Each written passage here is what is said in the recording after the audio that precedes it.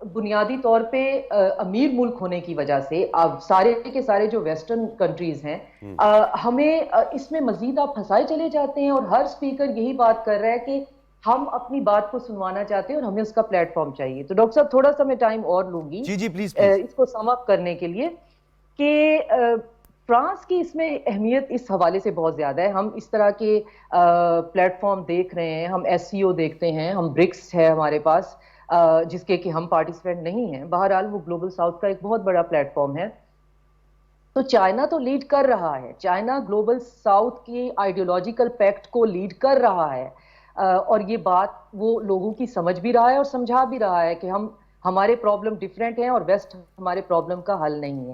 France پہلی دفعہ as a کی پلیئر سامنے آیا ہے، جہاں پہ وہ سعودی پریمیئر کے ساتھ جو ہے وہاں پہ موجود ہیں، سعودی عربیہ کے جو شہزادہ سلیمان وہاں پہ موجود ہیں، وہاں پہ سیکنڈ ان کمانڈ جو ہیں چائنیز پریمیئر وہ موجود ہیں، اور وہاں پہ ساؤتھ افریقہ اور لیٹن امریکہ کی پلیئرز موجود ہیں، اور فرانس اس چیز کو ہوسٹ کر رہا ہے. تو یہ آپ کو یاد ہوگا کہ تقریباً 2 سال پہلے ہم نے ایک پروگرام میں یہ بات کی تھی کہ ہم یہ سمیل کر رہے ہیں کہ یورپ میں جو چینج آنی ہے کہ ہم نے ویسٹرن ہیجمونک وینچرز کے ساتھ نہیں چلنا ہے، اور نیٹو جو ہے وہ ایک ٹیکٹیکل منوورنگ چیز نہیں ہے جس کے لیے ہم نے گلوبل ساؤتھ کو پہ ہیجمنی بنانی ہے. اور اس کی سب سے زیادہ جو چیز سمجھ میں آ رہی ہے، جو سب سے زیادہ فیلنگ آ رہی ہے، وہ فرانس اور اٹلی سے آ رہی ہے.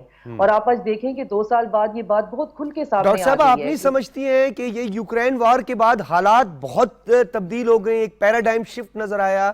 مور دین 40 کنٹریز جو ڈیپینڈنٹ رہی ہیں ویٹ کی، کروڈ آئل کی، انہوں نے بھرپور اپنی آواز بھی اٹھائی اس حوالے سے. ڈاکٹر صاحب اس کے علاوہ جو چیز آپ یورپ میں رہتے ہوئے آپ فیل کر سکتے ہیں، ایمبیانس فیل کر سکتے ہیں، آپ سب صحافی لوگ موجود ہیں، اور یہ ایمبیانس بہت پاورفل ہوتا ہے، یہ آپ کو پلس دے دیتا ہے سچویشن کی. یہاں پہ پلس یہ ہے کہ ہم نے پہلے وار آن ٹیرر میں پارٹ بنے، جس کے لیے ہمارے پاس اتنا ریفیوجی آیا، اور ہمیں وہ ہیومینٹی کے فیس کیپنگ کے لیے اس کو اکوموڈیٹ کرنا پڑا، جس نے ہماری ڈیموگرافک کو برباد کر دیا. ہمارے اپنی انفلیشن، ہماری اپنی بے روزگاری بہت زیادہ ہے، ہم اور لوگ اکوموڈیٹ نہیں کر سکتے. تو اس نے ایک چیز کو برو کیا کہ نیٹو جو ہے اس کا پرپز یہ نہیں ہے کہ آپ دور دراز کے علاقوں میں جا کے جگہوں کو بمبارڈ کریں گے، اور پھر چونکہ وہ جنگیں آپ نے انسانیت کے نام پہ لڑی بھی ہوں گی تو آپ انسانیت کے نام پہ وہ سارے کا سارا برنٹ یورپ کو فیس کرائیں گے. وہ یہ چیز وہاں سے سٹارٹ ہوئی ہے، اور یوکرین وار نے اس کو بہت زیادہ اس کے اوپر سیل کر دیا ہے کہ ہم کسی اور جنگ کا حصہ نہیں بنیں گے. اور فرانس تو بہت کیٹیگوریکلی کہہ رہا ہے کہ میں اپنی بارڈر سیکیورٹی پہ، اپنی سوورینٹی پہ زیادہ خرچہ کرنا چاہوں گا. ڈاکٹر شازیہ یہ آپ بڑی اہم بات کر رہی ہیں، میں نے تبھی گفتگو کا آغاز بھی آپ سے کیا اور بہت سارے ایسے پہلو اجاگر کیے، ہم تو بڑے مشکور ہیں. آپ کو یاد ہوگا G20 سمٹ سے پہلے ہی فرانس کے جو سربراہ ہیں انہوں نے کہا کہ یہ جو کابل فال ہوا اس کے بعد جو فلائٹ آپریشن تھا، تو انہوں نے کہا کہ یہ نہ صرف ویسٹ کے منہ پہ تماچا ہے بلکہ ان کے جو الائیز ہیں ان کے بھی منہ پر تماچا ہے. پھر G20 کا سمٹ بہت اہم تھا جس میں ایک ڈیموکریٹک کوریڈور بنانے کی بات کی جا رہی تھی. آپ کو لگتا ہے کہ اس سے بیک فٹ پہ چلے گئے؟ بیک فٹ پہ میں اس کو بیک فٹ نہیں سمجھتی ڈاکٹر صاحب. ہم تو بہت عرصے سے یہی انتظار کر رہے تھے کہ خاص طور پہ یو ایس لیڈ جو وار ایڈونچرز ہیں اور جو ہیجمونک وینچرز ہیں ان کو کنٹرول ہونا چاہیے. کیوں یورپ اتنا سٹرونگ ہونے کے باوجود اس میں سینٹی پریویل نہیں کرتی، اور وہ ان سارے مسائل کو کا سامنا کرتے ہوئے بھی ان کی پارٹی بن جاتا ہے. تو چلے کوئی ایک ہی بولا، 2 ہی بولے، لیکن لوگوں نے اب بولنا شروع کر دیا ہے کہ اب ہم یو ایس لیڈ ایڈونچر کا پارٹ جو ہے وہ صرف بھائی بھائی یا دوست دوست کی بنیاد پر نہیں بنیں گے. ہماری بھی ملٹی پولیرٹی ہے. اور 2 مہینے پہلے ایمینوئل میکرون نے ایک یونیورسٹی میں لیکچر دیتے ہوئے ایک بڑا ایسا موضوع چھیڑا ڈاکٹر صاحب جس کو ہم اگر بات کریں گے تو پھر ہمارے پر ہیومینٹی کی بات ہونے لگ جائے گی. وہ نیشنلسٹ ہونے کی بات کر رہے تھے. انہوں نے کہا کہ یورپ جو ہے اس میں ہر ملک کی ایک اپنی زبان ہے، اپنا کلچر ہے، تو نیشنلسٹ ہونا کوئی اتنی بری بات نہیں ہے. یہ آپ کو اینکرنگ دیتا ہے، یہ آپ کی اپنی زمین کے ساتھ وفاداری کوئی نقصان دہ چیز نہیں ہے. تو آپ کا کنٹری پہلے آنا چاہیے. لیکن یہ تو ایکسٹریم ایک ڈیسیژن بھی تھا، اور آپ کو یاد ہوگا یہ ہوا چلی خاص طور پر یہ جو برٹش ورلڈ ہے جس کے بارے میں یہ کہا جاتا ہے، اور وہاں پہ جو وائٹ سپریمسٹ جو ہیں وہ کھل کر سامنے آ گئے تھے یہ پچھلے دنوں میں، لیکن وہ بات پھر جو ہے رفع دفع ہوئی تھی. آپ سمجھتی ہیں کہ آج بھی ایگزسٹ کرتی ہے یہ چیز؟ بالکل کرتی ہے. آپ نے ریسنٹ بوٹ ایکسیڈنٹ دیکھ لیے، ایک اسپین میں ہوا 2 دن پہلے، 40 امیگرینٹ اس میں لیگل جو ہے وہ ڈوب گئے. 12 گھنٹے وہ ریسکیو کے لیے ریکویسٹ کرتے رہے. اس سے پہلے جو ہے وہ ریشو 400 450 سے ہے. اور یہ جو یورپ کی پش بیک پالیسی ہے جو کہ ان ریٹرن ہے، اس پہ بات نہیں کرتے جی، ہماری نہیں ہے. وہ پالیسی یہی ہے کہ ہمیں نان یورپینز نہیں چاہیے، ہمیں لیگل نہیں چاہیے، تو آپ اللیگل کی کیا بات کرتے ہیں؟ بالکل. جو ریفیوجیز ہیں یہ 3 طرح کے ہو گئے نا، لیگل امیگرینٹ ہو گئے، اللیگل ہو گئے، اور ایزائلم سیکر ہو گئے. ایزائلم سیکر تو پہلے دن سے ہی ان کی اکانومی پہ بوجھ بن جاتے ہیں. وہ تو ہیومینٹی کا پردہ رکھنے کے لیے پہلے دن سے ہی ان کا سوشل ویلفیئر سسٹم شروع ہو جاتا ہے. دوسرے ہم جیسے ہوتے ہیں جو ٹیکس پیئرز ہوتے ہیں، ہم ان پہ بوجھ نہیں ہوتے. لیکن یورپ کو اس وقت کچھ نہیں، کوئی نہیں چاہیے. ٹھیک ہے، نان یورپین میں ڈاکٹر صاحبہ میں آتا ہوں. آپ نے بڑی جامع آپ نے گفتگو کی ہے. عظیم چوہدری صاحب آپ کی طرف آؤں گا. کراؤن پرنس محمد بن سلمان سے سائیڈ لائن پہ ملاقات ہوئی ہے، پھر اس کے علاوہ ڈائریکٹر جنرل جو ہے IMF کی، ان سے سائیڈ لائن پہ ملاقات ہوئی ہے، اور ایک اچھا جسچر تو نظر آ رہا تھا. اس کے آپ کو لگتا ہے کوئی بینیفٹ آنے والے دنوں میں ہوں گے؟ چائنیز پرائم منسٹر سے بھی غالباً ملاقات ہوئی. سائیڈ لائن پہ کافی تفصیل ہے لمبی. جی دیکھیں، اس سمٹ میں ہمارے لیے جانا کیوں ضروری تھا، اس بات کو بھی ذرا ہم سمجھنے کی کوشش کریں. اس لیے ضروری تھا کہ جب فرانس نے کئی سال پہلے کلائمیٹ چینج کے حوالے سے ایک کانفرنس کی تھی اور ایک انٹرنیشنل ایگریمنٹ ہوا تھا جس میں امریکہ بھی شریک تھا، اور ڈونلڈ ٹرمپ نے اس کو سبوتاژ کر دیا تھا، جس کے نتیجے میں وہ جو ڈیولپمنٹس ہو سکتی تھیں وہ نہ ہو سکی. بالکل. اور کلائمیٹ چینج کے نتیجے میں جو چیزیں ہوئیں، آج بھی جو گرمی کا عالم ہے یہ اس کا نتیجہ ہے. اور ہم سے زیادہ شاید کسی نے سفر نہیں کیا، اور اگر کیا تو ہم سے کم ہی کیا، زیادہ نہیں کیا.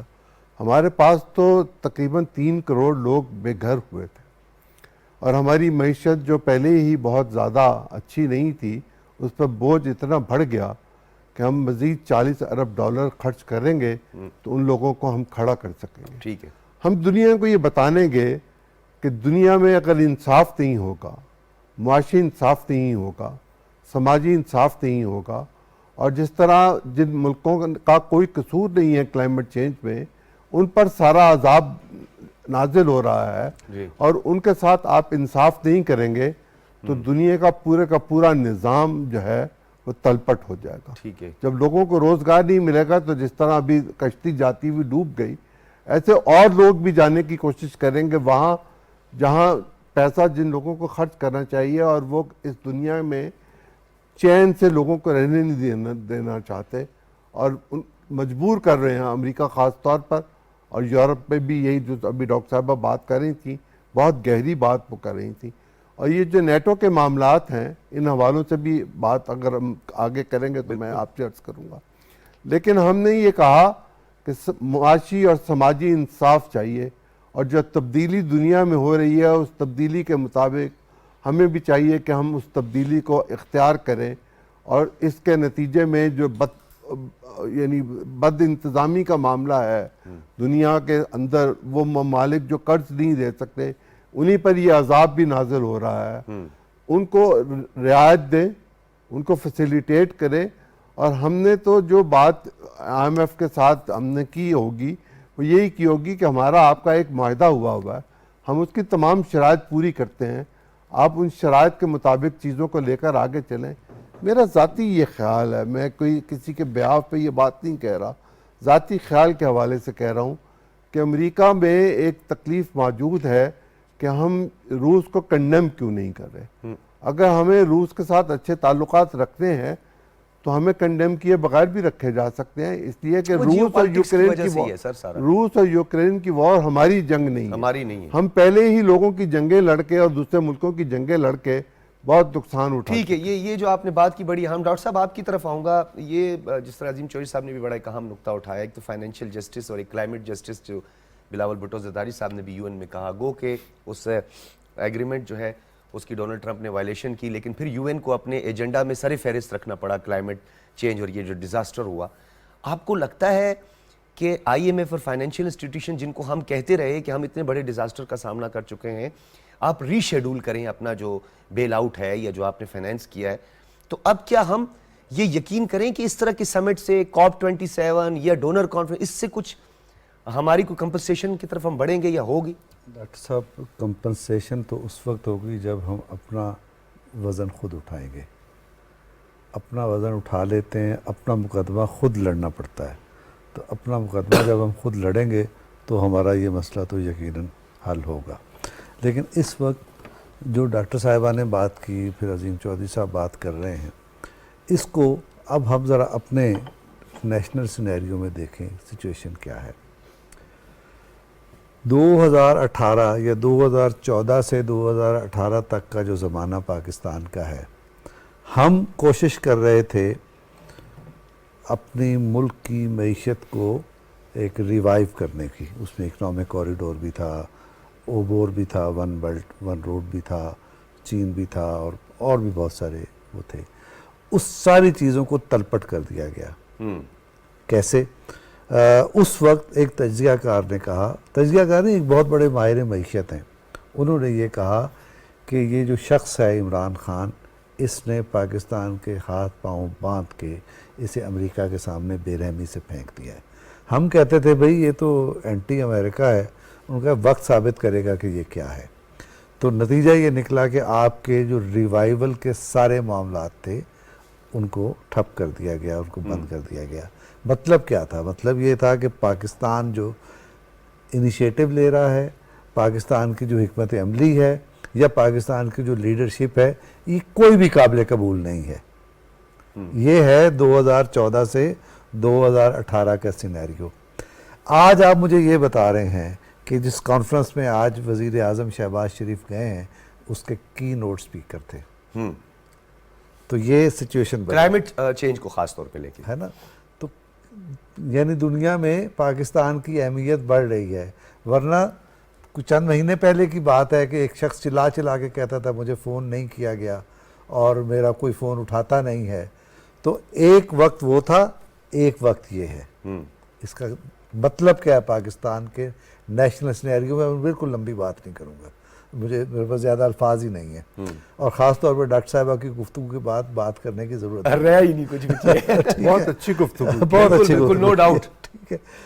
میں نیشنل جو آپ کا سینیریو ہے اس میں صورتحال یہ ہے کہ پوری دنیا نے تسلیم کر لیا ہے کہ پاکستان کا راستہ درست تھا، اور جو لیڈرشپ پاکستان کو اس راستے پر لے جا رہی تھی وہی درست تھی. اب پاکستان میں پولیٹیکل ریوائیول بھی ہو رہا ہے اور اکنامک ریوائیول بھی ہو رہا ہے. اور آپ اس کانفرنس میں جب گئے ہیں تو آپ ایک نئے عزم کے ساتھ گئے ہیں. یہ جو آپ کے ہاں وہ جو سرمایہ کاری کی کونسل بنی ہے، بڑا لمبا سا نام ہے اس کا، آپ کو یاد ہوگا. تو وہ جو کونسل بنی ہے جس کے اندر ون ونڈو والی، جس میں سارے سٹیک ہولڈرز شامل ہیں، یہ کر کے آپ وہاں کیوں گئے ہیں؟ اس کا بھی ایک مطلب ہے. اس کا مطلب یہ ہے کہ آج سے پہلے، اس ادارے سے پہلے، پاکستان کے بارے میں عالمی برادری کی رائے یہ تھی کہ یہ ایک فضول قوم، ان کا کوئی ارادہ نہیں ہوتا، یہ کسی وقت بھی ان کی رائے بدل سکتی ہے، کسی وقت کوئی سٹیک ہولڈر ایک نیشنل ڈیسیژن کو تلپٹ کر سکتا ہے. جیسے آپ کے بلوچستان کے منرلز کے معاہدے تھے، ایک فیصلے سے فارغ ہو گئے. بالکل ایسے ہی. آپ کی نجکاری کے معاملات ایک فیصلے سے فارغ ہو جاتے ہیں. آپ کے یہاں کوئی سرمایہ کار اس خوف سے نہیں آتا کہ پتہ ہی نہیں ہے کس وقت کیا ہو جائے. ہم تو گرفتار کر لیے تھے آپ کو. ہم لوگ یہاں، آپ کو یاد ہوگا احسن اقبال صاحب بھی تھے، وہ سیکٹری فائنانس صاحب نہیں تشریف لا رہے تھے، JCC کا سمٹ ہی نہیں ہو، JCC کا اجلاس ہی نہیں ہو پا رہا تھا. تو سی پیک اور یہ باقی میٹرز کیسے آگے بڑھتے؟ تو یہی بات ہے کہ آپ نے وہ ادارہ قائم کر کے دنیا کو ایک میسج دیا کہ نہیں بھائی، ہمارا ایک قومی ویژن بھی ہے. اور بھی جی بات جملہ کمپلیٹ کر لوں، ہے نا. ایک ویژن بھی ہے، ہمارا ایک ارادہ بھی ہے، اور ہم پانی کا سادہ گلاس نہیں ہے کہ جس برتن میں ڈالیں وہی شکل اختیار کر جائے گا. ہم نے کچھ فیصلے کر لیے ہیں اور ان کے مطابق ہم نے جانا ہے، اور اس کا اظہار آپ کو فرانس میں بالکل ملا. اور ایک ٹرسٹ ڈیفیسٹ جو ہے اس کے خاتمے کی طرف اب بڑھ رہے ہیں. اب ہم اپنے ٹرسٹ کو بحال کر رہے ہیں. اور یہ بتائیے گا ECC کا اجلاس ہوا آج بہت اچھا، آپ کو کچھ باڈی لینگویج سے لگا اسحاق ڈار صاحب کی؟ کیونکہ آج لگ رہا ہے عمومی طور پر اس سے بڑے مبصرین اس پہ بات کر رہے ہیں کہ وہ جو کانفیڈنس ہے وہ جسچر اور کانفیڈنس اور یہ جو باڈی لینگویج ہے اس سے پتہ چل رہا ہے کہ کوئی اتنا زیادہ پریشانی نہیں ہے. دیکھیں اسحاق ڈار صاحب سے جب بھی ہماری آف دا ریکارڈ گفتگو ہوئی، پارلیمنٹ میں ہوئی، پارلیمنٹ کی راہداریوں میں یا کہیں اور، تو وہ ہمیں یہ کہتے ہوئے پائے گئے پہلے کہ ہمارے پاس پلان بھی موجود ہے. یہ مت سمجھیں کہ اگر IMF ہمیں بیل آؤٹ پیکیج نہ دے تو ہم بالکل جناب کوئی بیٹھ جائیں گے یا ہمارے لیے مسائل جو ہیں وہ کوئی 500 گنا بڑھ جائیں گے. ہاں ٹھیک ہے IMF کی وجہ سے ہمیں تھوڑے سے مسائل کا سامنا کرنا پڑ سکتا ہے، لیکن یہ نہیں ہے کہ بالکل پاکستان کی اکانومی کوئی مطلب نہ بیٹھ جائے گی اور اگلے دن ہم جناب کوئی سری لنکا ماڈل جو کچھ لوگوں کا بڑا دل تھا اب خود وہ سری لنکا ماڈل بن گئے ہیں، ان کی ذات سری لنکن ماڈل بن گئی ہے. تو وہ جو لوگ کہتے تھے سیاست بھی سیاست اور ذات وہ ٹرمینالوجی تو ان کا یہ کہنا تھا. اب ہمیں آہستہ آہستہ نظر آ رہا ہے کہ جس انداز میں پاکستان کے دوست ممالک سامنے آئے ہیں، ڈاکٹر صاحب بڑا خوبصورت کہہ رہے تھے کہ ہمارے دوست بھی تھوڑا سا پیچھے ہٹ گئے تھے. وہ جو کہہ رہے تھے نا غیر ذمہ دار قوم ہے، تو ہمارے دوست بھی یہ سمجھتے تھے کہ بھائی ان کی مدد کریں، کہاں کریں، کس کی کریں، کس انداز میں کریں، یہ کل پھر آ جائیں گے، پرسوں پھر. اور اس کا پرائم منسٹر نے بھی ذکر کیا ہے کہ ہمارے دوستوں کی آنکھوں میں سوالات ہوتے ہیں اور ہوتے تھے. تو اب چیزیں بدل رہی ہیں. اب ایک بڑی نہیں، آپ کو لگا آج جو ECC کا اجلاس ہوا اس میں جس طرح چینی کی برآمدات کے حوالے سے فیصلے ہوئے، اپروولز ہوئیں، پھر کیبنٹ کا جو ہے وہ ضمنی گرانٹ جو ہے وہ بھی منظور ہوئی اور ڈیولپمنٹ بہت تیزی سے آگے جا رہی ہے. اب ذرا کھل کے کھیلیں گے. ایک تو ہم جو تنقید کرتے ہیں نا، غیر ضروری تنقید، عوام کو ہم نے اتنا مایوس کر دیا. ہم اس کو اچھی میں تو چاہتا ہوں میں اپنے انٹرو سے اچھی خبریں دوں. میں نے اپنا لاسٹ شو بھی اسی طرح کیا تھا. نہیں، اب آپ یہ نہ کہیے گا کہ 6 مہینے آپ نے مثبت خبریں دینی ہیں. خبریں ہم وہی مثبت دیں گے جو مثبت پہلو کو اجاگر کریں. پہلو آ رہے ہیں، اس میں کوئی شک نہیں. پاکستانی اکانومی کے لیے بہت ساری چیزیں مثبت ہیں اور آنے والے دنوں میں. اور یہ کہا گیا تھا PM کی جانب سے جب انہوں نے حلف اٹھایا تھا، پہلی انہوں نے ہمارے ساتھ ملاقات کی تھی جب، تو انہوں نے کہا تھا کہ پہلا جو سال ہوگا وہ ہمارے لیے مشکل ہوگا. ہم نے یہ فیصلے کرنے، ہم نے ریاست بچانی ہے سیاست کی بجائے. اب جو ہماری وفاقی وزراء سے بات ہو رہی ہے، وزیر خزانہ سے یا دیگر جگہوں پہ وزیر اطلاعات سے بات ہوتی ہے، تو وہ یہ کہتے ہیں کہ اب آہستہ آہستہ ہم اس پوزیشن میں آ رہے ہیں کہ ہم نے دوست ممالک کا اعتماد بحال کیا ہے، ہم نے عالمی اداروں کے اعتماد بحال کیا ہے. جس انداز میں پاکستان کے ہاتھ پاؤں باندھ کے عالمی اداروں کے سامنے پھینک دیا گیا تھا، ان کی ہر کنڈیشن مانی گئی تھی، اور جب جانے لگے سری لنکن ماڈل والے دوست تو انہوں نے وہ کنڈیشن جو ہماری $100 بلین سے زیادہ کی انویسٹمنٹ اور سرمایہ کاری کی باتیں بھی ہو رہی ہیں. لگتا ہے کہ اب پاکستان جو ہے اس نے بڑا کانفیڈینشیل ایک ڈاکومنٹ سمجھ کے اور بڑے متحرک ہو کر انہوں نے ایک ہڈن ایک ایسی اکنامک پالیسی رکھی ہے کہ جو دنیا کو حیران کر سکتی ہے. دیکھیں اگر آپ دیکھ لیں نا تو وہ جو ہم کہہ رہے تھے نا بلاکس بن رہے ہیں، وہ کوئی گروپنگ ہو رہی ہے، وہ کوئی جیو پولیٹیکل چیزیں ہو رہی ہیں، تو اس میں آپ آرمی چیف جو ہیں سید عاصم منیر شاہ، ان کے دورے دیکھ لیں. وہ کن کن ممالک کے دورے کر رہے ہیں، کن ممالک کے انہوں نے دورے نہیں کیے ابھی تک، اور جن ممالک کے انہوں نے دورے کیے ہیں اس کے بعد وہاں سے کیا رسپانس ہوا ہے، اور PM نے جن سے ملاقات کیا جن ممالک کے سربراہان سے. اور یہ بڑی اچھی ہے کہ PM اس سے پہلے بھی ایک انٹرنیشنل سمٹ میں گئے تھے تو وہاں پہ بھی بڑی اہم ملاقاتیں ہوئی. یعنی ایک چھت کے نیچے آپ کو بہت سارے رہنما مل گئے، سائیڈ لائن پہ آپ نے ملاقاتیں کی، اور یہاں پہ بھی اب بھی ایک چھت کے نیچے آپ کو محمد بن سلمان بھی مل رہے ہیں، آپ کو فرانس کے پریمیئر بھی مل رہے ہیں اور دیگر لوگ بھی مل رہے ہیں. تو اس سے یہ واضح ہے کہ پاکستان کی ایک سمت بن گئی ہے.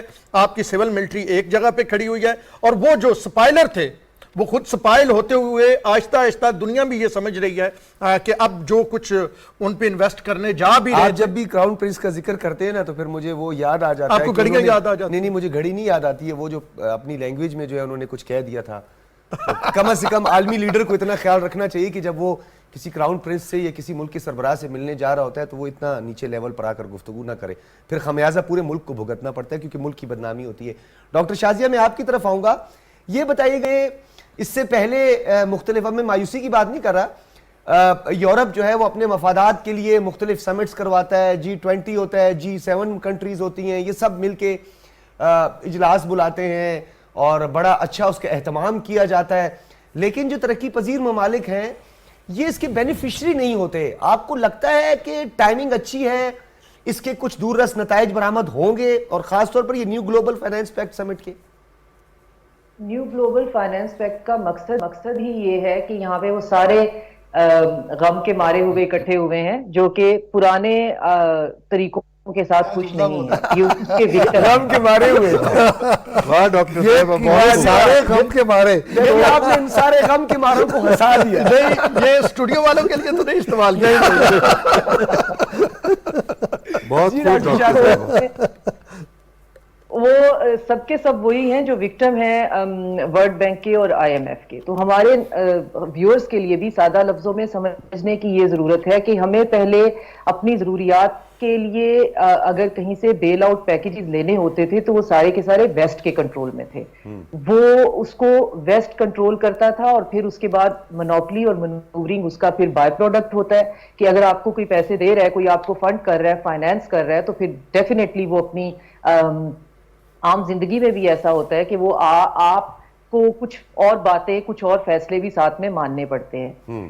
اب ہو یہ رہا ہے کہ under the flag ship of China اور ایسے فائنینشیل انسٹیٹیوشنز بھی بن رہے ہیں, جیسے برکس کا اپنا بینک جو ہے انہوں نے ورلڈ بینک کے پیرالل جو ہے اپنا ایک بینک شروع کیا ہے. پھر ڈی ڈالرائزیشن کی بات ہو رہی ہے, ڈفرینٹ کرنسیز میں لین دین کی بات ہو رہی ہے جس میں ڈالر کو بالکل پیچھے چھوڑ دیا جائے گا.